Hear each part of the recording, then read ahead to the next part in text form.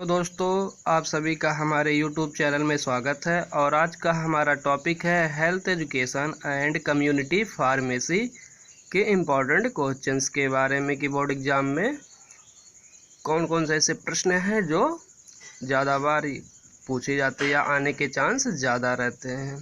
तो first question से define the term, इन पदों को जो है परिभाषित करना है, जैसे physical health, social health and mental health.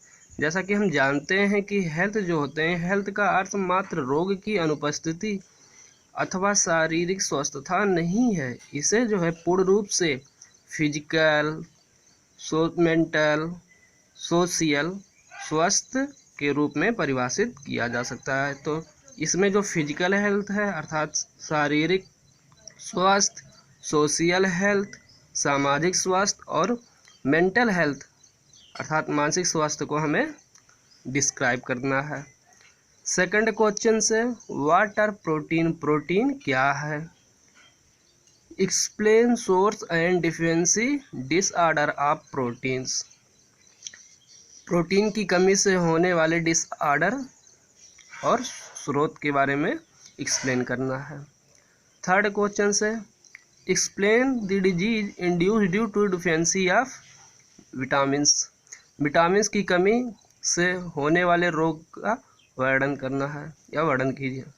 Fourth question है right A detail notes on staining technique, staining technique पर डिटेल नोट्स लिखिए। और अथवा ग्राम्स स्टैनिंग मेथड अथवा ग्राम स्टैनिंग मेथड के बारे में लिखने के लिए आता है। जैसा कि हम जानते हैं जो स्टैनिंग टेक्निक होती है ये दो टाइप की होती है, एक होती है सिंपल स्टैनिंग, दूसरा होता है differential staining method.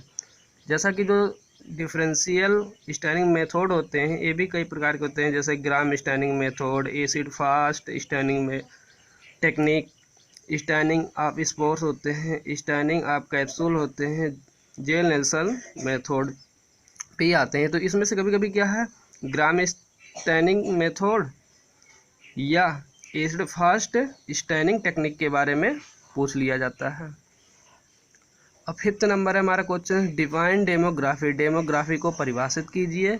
Discuss demography cycle in detail, demography cycle के बारे में डिटेल में लिखने के लिए आता है। जैसा कि हम जानते हैं जो डेमोग्राफी साइकिल है इसके अंतर्गत हाई स्टैंडरी स्टेज और second early expanding stage, third late expanding stage, fourth ला स्टेशनरी स्टेज, फिफ्थ है डिक्लाइन स्टेज। इनके बारे में जो है हमें डिटेल में लिखना होता है।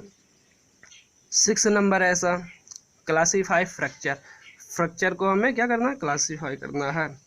जैसा कि हम जानते हैं फ्रैक्चर जो होते हैं ये होते हैं 3 टाइप्स के, एक होता है सिंपल फ्रैक्चर, दूसरा होता है कंपाउंड फ्रैक्चर, तीसरा होता है कॉम्प्लिकेटेड फ्रैक्चर। जो सिंपल फ्रैक्चर होता है इसे क्लोज फ्रैक्चर के नाम से भी जानते हैं।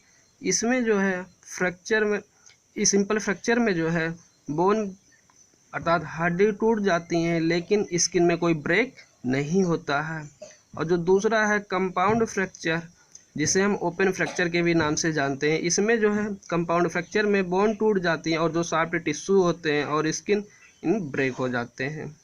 और जो थर्ड नंबर पे आता है कॉम्प्लिकेटेड फ्रैक्चर, इनमें क्या होता है कॉम्प्लिकेटेड फ्रैक्चर में इसमें ब्लड वेसल्स, नर्व अथवा वाइटल ऑर्गन जैसे ब्रेन हो गया, लंग्स हो गया, स्प्लीन, इसमें क्या हो जाती है क्षति हो जाती है अर्थात घाव हो जाते हैं, एक कॉम्प्लिकेटेड फ्रैक्चर के अंतर्गत आते हैं। ऐसे ही आपको डिटेल लिखना होता है। राइट हेडिंग डाल के इसके आगे दिया right first aid treatment for general fracture, general fracture के लिए हमें फर्स्ट एड के रूप में क्या ट्रीटमेंट करना है उसके बारे में लिखना है। 7th number define epidemiology, epidemiology को परिभाषित करना है अर्थात महामारी, एपिडेमोलॉजी मतलब महामारी विज्ञान को। Right use of epidemiology, epidemiology का उपयोग भी लिखना है। 8 नंबर है डिफाइन इम्यूनिटी, हमें इम्यूनिटी के बारे में क्या करना है परिभाषित करना है अर्थात इम्यूनिटी किसे कहते हैं, रोग से लड़ने की क्षमता क्या कहलाती है immunity. Discuss types of immunity in detail, types of immunity अर्थात इम्यूनिटी के प्रकार, के बारे में हमें डिटेल में लिखने के लिए आता है। जैसा कि हम जानते हैं इम्यूनिटी भी दो टाइप्स की होती है, एक होती है नेचुरल इम्यूनिटी और दूसरा होता है एक्वायर्ड इम्यूनिटी। जो नेचुरल इम्यूनिटी होती है उसे गॉड गिफ्टेड इम्यूनिटी भी कहते हैं। आप इनके बारे में डिस्क्रिप्शन में लिखेंगे। नौवां क्वेश्चन है discuss in detail contraceptive method for family planning.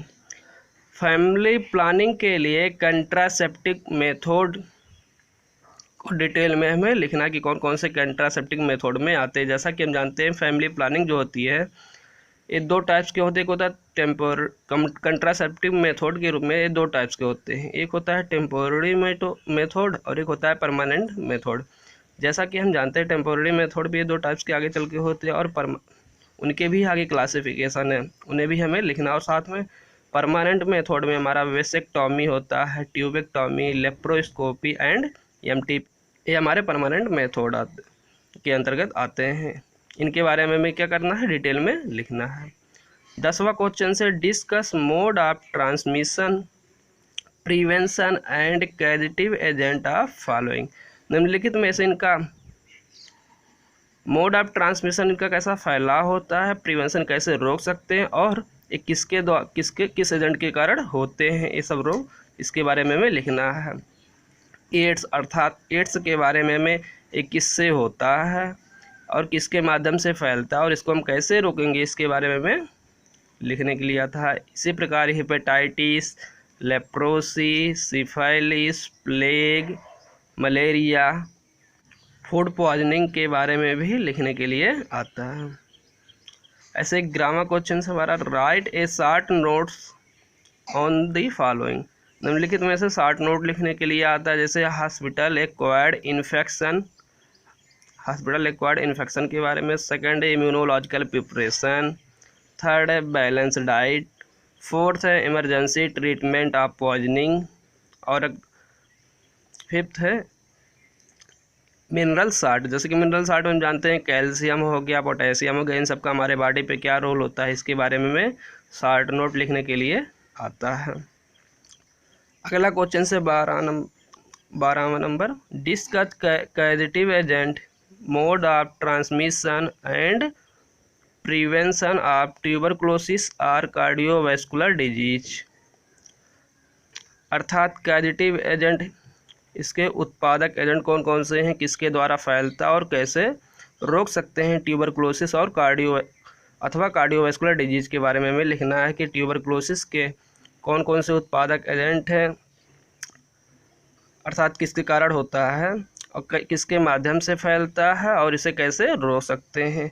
Tuberculosis अथवा कार्डियोवैस्कुलर डिजीज के बारे में लिखने के लिए आता है।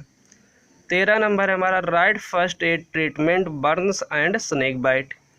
जलने और सांप के कटने पर हम फर्स्ट एड के रूप में क्या ट्रीटमेंट करते हैं, इसके बारे में हमें लिखना होता है या लिखने के लिए आता है। प्रश्न 14वां क्वेश्चन से write the short notes solid waste disposal और ग्राउंड वाटर। शॉर्ट नोट लिखने के लिए आता है सॉलिड वेस्ट डिस्पोजल के बारे में अथवा ग्राउंड वाटर के बारे में।